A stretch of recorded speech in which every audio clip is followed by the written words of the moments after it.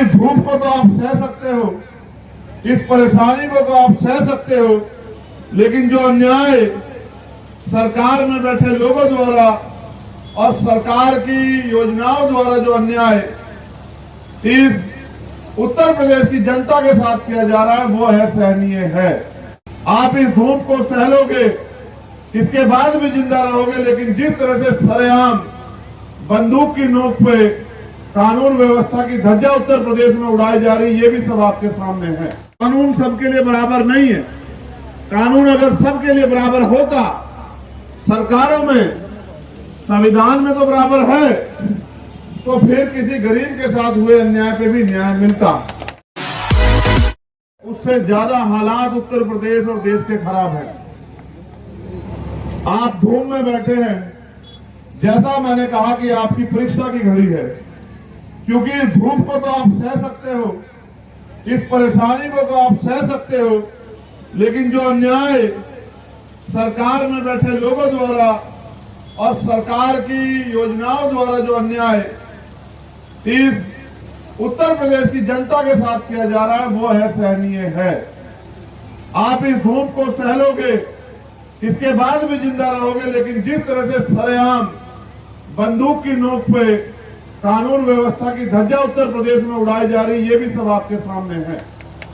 मैं ये बात आपसे इसलिए कह रहा हूं कि उत्तर प्रदेश की सरकार बड़े बड़े दावे वादे करती है कि यहां जीरो टॉलरेंस है, लेकिन मैं मानता हूं कि कानून सबके लिए बराबर नहीं है। कानून अगर सबके लिए बराबर होता, सरकारों में, संविधान में तो बराबर है, तो फिर किसी गरीब के साथ हुए अन्याय पे भी न्याय मिलता। और जो सुविधाएं ताकतवर लोगों के पास, सरकार के लोगों के पास, पैसे वालों के पास उनको मिल रही है सरकार में, वो गरीब आदमी तक भी पहुंचती, उनका लाभ गरीब व्यक्ति को भी मिलता। मैं आपसे, मेरे हाथ में एक लिस्ट है जो साथी यहां काम कर रहे हैं, उनसे पहले मैं आपको बस ये याद दिला देना चाहता हूं कि मैं 2 बार बड़े पैमाने पे यहां आया। एक बार जब प्रधान सत्यमेव जयते की हत्या हुई, तब मैं आजमगढ़ आया, मुझे रोक लिया गया और हमारे कार्यकर्ताओं पे झूठे मुकदमे पुलिस द्वारा लगाए गए।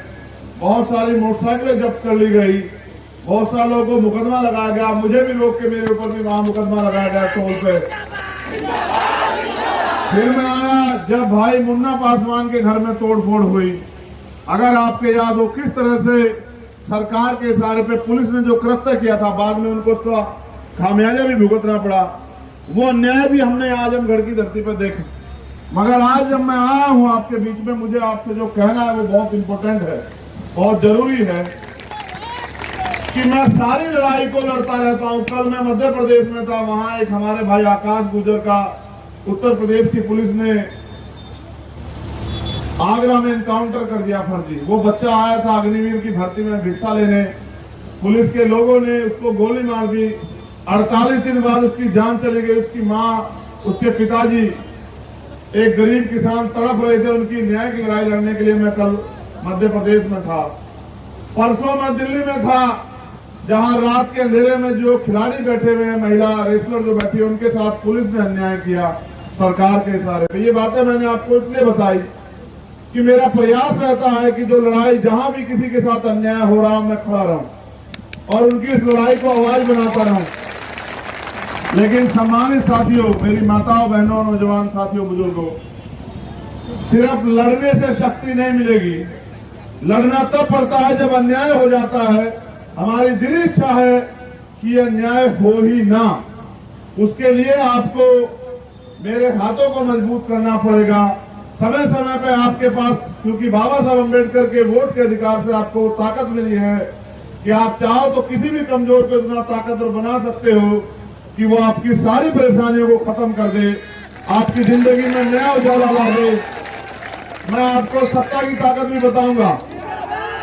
नहीं, जिंदाबाद से कुछ नहीं होता। पिछले 2013 11 जनवरी 2013 को मैंने घर छोड़ा था। 10 साल हो गए और इन 10 सालों में मैंने हजारों लड़ाइयां लड़ी होंगी।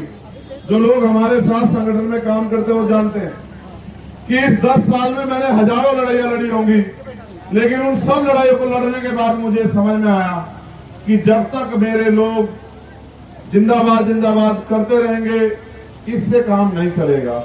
जब तक जो लोग जिंदाबाद कर रहे हैं, जो धूप में, गर्मी में, बरसात में, सर्दी में मेरी एक आवाज पे खड़े हैं, जब तक वो अपनी वोट की ताकत मेरे हिस्से में, मेरे खाते में नहीं देंगे, जब तक वो अपनी वोट से मुझे ताकतवर नहीं बनाएंगे, तब तक उनकी जिंदगी में जो बदलाव मैं चाहता हूं वो नहीं हो पाएगा। देखो, आज सरकार तानाशाही कर रही है। इस तानाशाही को जवाब देने का और सरकार को सबक सिखाने का समय नगर की जो जनता है उत्तर प्रदेश की, उनके पास आया। ये अवसर इसलिए आया है कि आप नगर की सरकार चुनो, आपका चेयरमैन बने, आपका बोर्ड बने, और जो आपकी परेशानियां हैं, बिजली की, पानी की, सड़क की, नाली की, हाउस टैक्स की, वाटर टैक्स की, स्कूल खुलना है नगर पालिका में, हॉस्पिटल खुलना, ये सारी समस्याएं जिसको हम 2022 में भी आपसे कह रहे थे कि अगर आप हमें ताकत दोगे हम करके दिखा सकते हैं। अगर आप इस बार नगर के चुनाव में हमें इस बात का मौका दें, हमें हमारी ये हिम्मत बढ़ाएं, तो मेरा ऐसा मानना है कि आपकी सारी समस्याएं, ये जो चिड़ियाकोट की समस्याएं हैं, इनको भाई फिरोज अंसारी जी के जरिए हम लोग खत्म करा सकते हैं और आपकी समस्याओं को, आपकी परेशानियों को खत्म करा के आपकी जिंदगी में एक नया सवेरा ला सकते हैं। सम्मानित भाइयों बहनों, चुनाव आते हैं, चुनाव जाते हैं। बहुत सारे नेताओं को आपने वोट दिए, बहुत सारे लोग आपकी वोट से ताकतवर हुए। जब आप दूसरों को ताकतवर बना सकते हो तो अपने खून को भी ताकतवर बना सकते हो। ये जिम्मेदारी आपके कंधों पे है। मेरी बहनें माता यहाँ बैठी हैं और हमारे नौजवान साथी यहाँ बैठे। बाबा साहब अम्बेडकर ने वोट का अधिकार हमें बिकने के लिए नहीं दिया है। उन्होंने हमें वोट का अधिकार गुलामी से मुक्ति के लिए दिया है। हम एक दिन अगर अपनी वोट को किसी के थोड़े बहुत स्वार्थ में अगर बेचने का काम कर देंगे तो फिर 5 साल हमें किसी के आगे हाथ फैलाना पड़ेगा। मैं स्पेशली अपनी माँ बहनों से कह रहा हूं कि वो अपनी वोट की ताकत को नहीं समझती है।